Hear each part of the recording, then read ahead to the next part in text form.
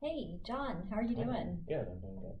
Um, I just wanted to follow up with you about our patient from last week. The patient with chest pain, did you hear what happened to them? I did. I was actually kind of surprised. Yeah. So, what do you think happened? Um, I, I'm not sure. I think I probably need to work a little bit on my history skills. Hmm. Okay.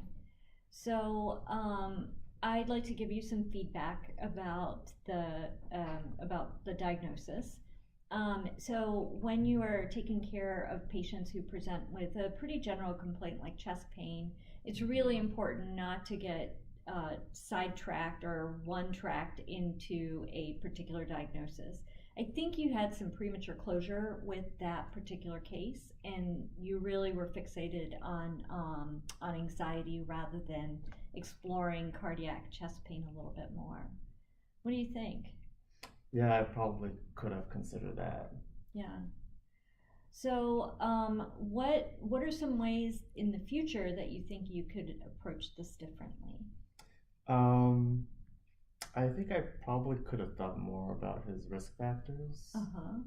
Uh huh. Um, I did find out that he had hypertension, diabetes, hyperlipidemia, but Mm-hmm. maybe I could have asked a little bit more about his smoking history. Mm-hmm. Mm-hmm.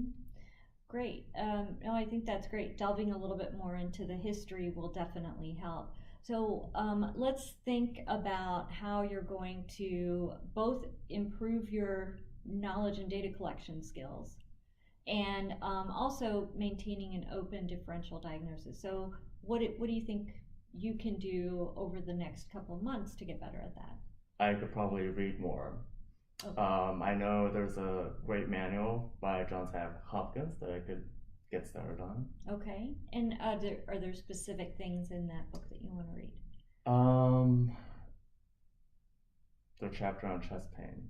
Okay, great. That sounds really good. Why don't we plan to check in again in a couple of weeks Mm-hmm. and see how that went for you? Sure.